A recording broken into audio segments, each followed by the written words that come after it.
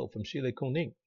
Today we're going to talk about PK or PKF files that are located in the Adobe Audition software and how to get rid of these PK files or PKF files if you want to get rid of them. So what is a PK or PKF file? Basically, it is an image of the wave that Adobe uses to speed up the loading of your wave file. For me, the problem is that when you get a lot of these PK files, then it can sort of clog up your hard drive. And since I don't use Adobe as a production tool or as a production software, I use it just to process the wave so that I can move that wave into my production software like Maschine, FL Studio, Ableton Live, or what have you, and then that's how I produce my songs from there. So I don't really need to keep these PK files is what I'm saying. So after a while they kind of add up, and I need all the disk space that I can use. So here's an example of a PK file.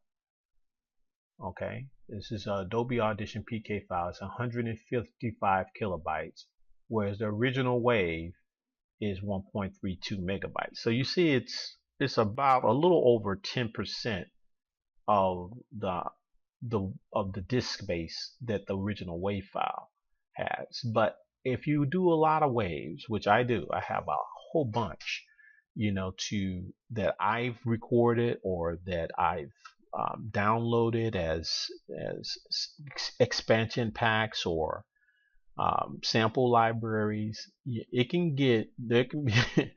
be a lot of PK files, and if you don't need them, then you could get rid of them. Now if you want to keep them, then that's fine, but this is just a video on how to get rid of them. Let me open up another file here. Okay, now this is an MP3. I think her name is SZA. She's a rapper, singer. And this cut right here, Doves in the Wind, we're going to use that for educational purposes. MG, the future of Machine Masters, he was doing some nice stuff with that, explaining some of the harmony and melody and some of the synthesizer settings and some of the rhythms and things. He was explaining a lot of how the production process might have gone for this particular joint. Let's take a little listen of it.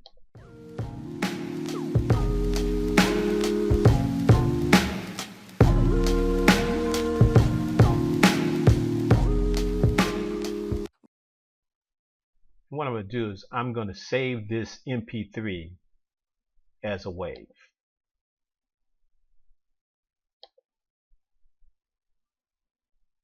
So right here, and I'm going to overwrite on that. Now I'm going to go to that same file or folder where I saved it, and you can see there's the PK file. So what I was doing before, I was just deleting them like that. But what you can do is you can actually set up Adobe so it does not save those PK files, and that's what this video is all about. And it's a really simple process. This is Adobe Audition 3.0. There's a newer version of Adobe out, but this is the older version, and this is how you do it in an older version. You click Edit, you go down to Preferences, and then you go to Display, not General, System, Colors, or any of the other ones. You go to Display tab, and then you simply untick the Save Peak Cache Files, and you click OK. So now when I go and save Copy As, and then I go to that file again, there's no PK file. And that's as simple as that. Now when you are in the newer version, and this, remember, I'm working in Windows, I'm not working on a Mac.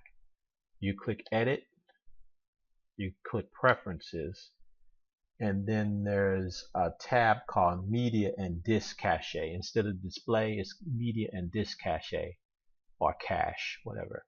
And then you untick, and it says Save Peak Files. So it doesn't have cache files, it just says Save Peak Files. But it's the same thing. And then you click OK, and it would be the same deal. Now, if you wanted to If you wanted to keep those PK files because you want it to load up quicker, then you just click it back, and it's a pretty simple thing. Ableton Live has some similar files called ASD files, and hopefully on my next video I'll show how we could do the same thing for Ableton Live. I think the Ableton Live files, their peak settings are a little bit more important than the Adobe PK files, so I would throw caution to the wind on deleting those. But the PK files, I just don't see any need for them. All right, thanks for watching. If you like, please comment or click like or subscribe. Thanks again. Peace.